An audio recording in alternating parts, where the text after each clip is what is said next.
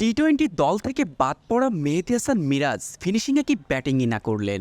ইনিংসের শেষ বলে 50-র জন্য দরকার 1 রান। রুবেলের বলে 4 হাঁকিয়ে 50 করলেন। 29 বলে 7-4 এক ছক্কায় 53 রানে অপরাজিত থাকেন এই অলরাউন্ডার।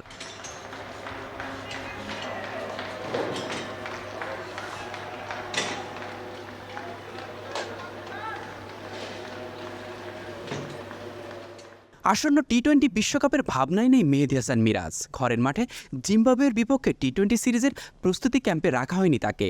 মূল স্কোয়াডে থাকবেন কিনা সেটি বলা কঠিন।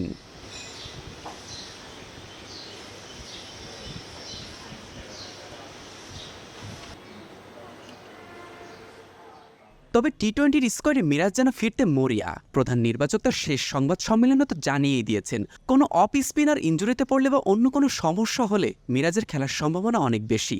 প্রধান নির্বাচকের সেই কথাই হয়তো মিরাজের অনুপ্রেরণা।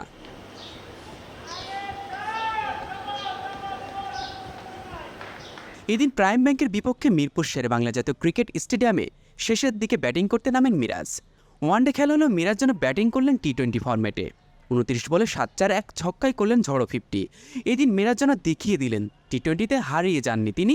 এখন সময়ের অপেক্ষায়, হয়তো ভালো সময় আসলেও আসতে পারে।